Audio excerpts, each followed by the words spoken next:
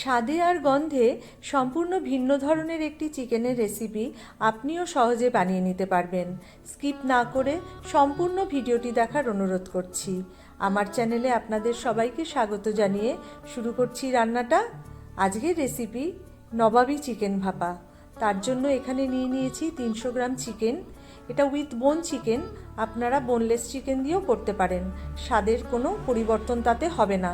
Chicken ভালো করে ধুয়ে পরিষ্কার করে নিয়ে তাতে দিয়ে দিচ্ছি অর্ধেকটা পাতিলেবুর রস। পাতিলেবুর রসে চিকেনের একটা গন্ধ থাকে, সেটাও চলে যাবে এবং চিকেনটা খুব জুসিও থাকবে। দিয়ে দিচ্ছি আদা, রসুন এবং কাঁচা লঙ্কা বাটা, আর দিয়ে দিচ্ছি পেঁয়াজ বাটা 2 চামচ মতন। এগুলো দিয়ে মাংসটাকে ম্যারিনেট করতে হবে। মাংসটা কিন্তু 3টে ধাপে ম্যারিনেট হবে।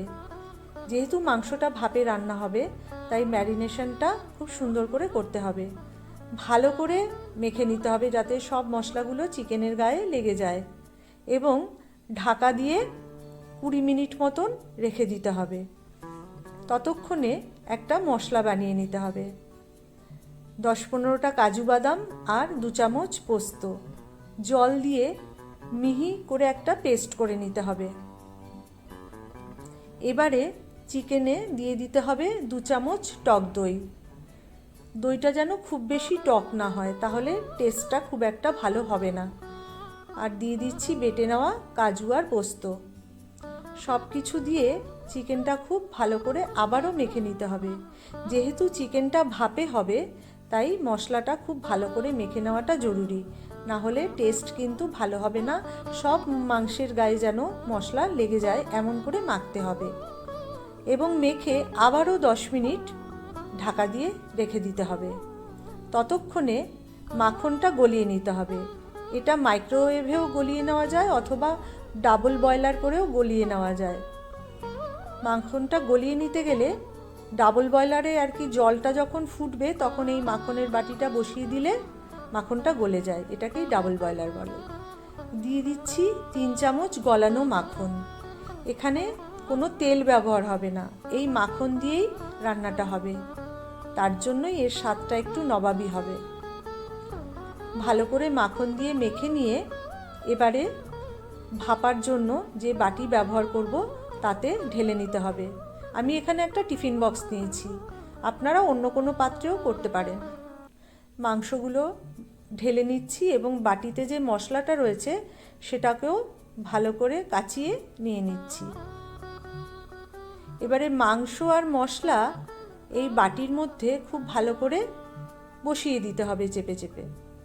যেহেতু ভাপে রান্না হবে, তাই মাংসগুলো যাতে সেদ্ধ হয়, তাই সুন্দর করে চেপে বসিয়ে দিতে হবে। এবং টিফিন বক্সের ঢাকনাটাও ভালো করে কিন্তু আটকাতে হবে। ওপর থেকে দিয়ে দিচ্ছি কয়েকটা চেরা কাঁচা লঙ্কা আর মাখন আরও কিছুটা। এই পর্যায়ে নুনটা কিন্তু চেক করে নিতে হবে। যেহেতু ভাপে রান্না হবে, টিফিন বক্স খোলা যাবে না, তাই অবশ্যই কিন্তু নুনের পরিমাণটা চেক করে নিতে হবে। এবারে টিফিন কৌটোটা খুব ভালো করে আটকে দিতে হবে, যাতে কড়াইতে যখন ভাপা হবে তখন জল যেন ভেতরে কোনোভাবেই না ঢুকে যায়। মাংসের জলেই মাংসটা রান্না হবে, এখানে আলাদা কোনো জল ব্যবহার হবে না। এবারে কড়াইতে জল গরম করতে দিয়ে একটা স্ট্যান্ড বসিয়ে এর ওপরে টিফিন কৌটোটা বসিয়ে দেবো, এবং বসিয়ে দেওয়ার পর আরও কিছুটা জল দেব, যাতে টিফিন বক্সের অর্ধেকটা অন্তত জলে ডুবে থাকে। দিয়ে দিচ্ছি আরও কিছুটা জল। অবশ্যই খেয়াল রাখবেন কিন্তু যেন টিফিন কৌটোর ঢাকনাটা খুব ভালো করে বন্ধ থাকে, এবং ওপর থেকে ঢাকা চাপা দিয়ে 30 মিনিট একদম সিম আঁচ করে ভাপাতে হবে। 30 মিনিট পর আমি এবার দেখাচ্ছি। দেখুন জলটা ফুটতে ফুটতে অনেকটাই কমে গেছে এবং আমার চিকেনটাও রেডি হয়ে গেছে। এবার টিফিন কৌটোটা ঠান্ডা করে নিয়ে তারপরে খুলবো। এখন গরম আছে, খোলা যাবে না। ঠান্ডা হয়ে গিয়েছে। এবার খুলে নেওয়ার পর দেখুন ওপর থেকে কি সুন্দর মাখনটা ভেসে উঠেছে এবং অদ্ভুত সুন্দর একটা গন্ধ বেরোচ্ছে। দিয়ে দিচ্ছি কিছুটা জায়ফল এবং জয়িত্রীর গুঁড়ো। আর দিয়ে দেবো হাফ চামচ গোলাপ জল আর কেওড়া জল একসাথে মিশিয়ে। এগুলোতেই এই চিকেনের গন্ধটায় একটা নবাবি স্টাইল আসবে। দিয়ে দিলাম কিছুটা মাখন। কেমন লাগলো রেসিপিটি অবশ্যই জানাবেন। এই রেসিপিটি আপনি ভাত অথবা পোলাওয়ের সাথে পরিবেশন করতে পারবেন। ভালো লাগলে অবশ্যই একটা লাইক আর কমেন্ট করবেন। আর এরকম আরও রেসিপি পেতে হলে মুনস কুকিং চ্যানেলটি সাবস্ক্রাইব করার অনুরোধ রইল।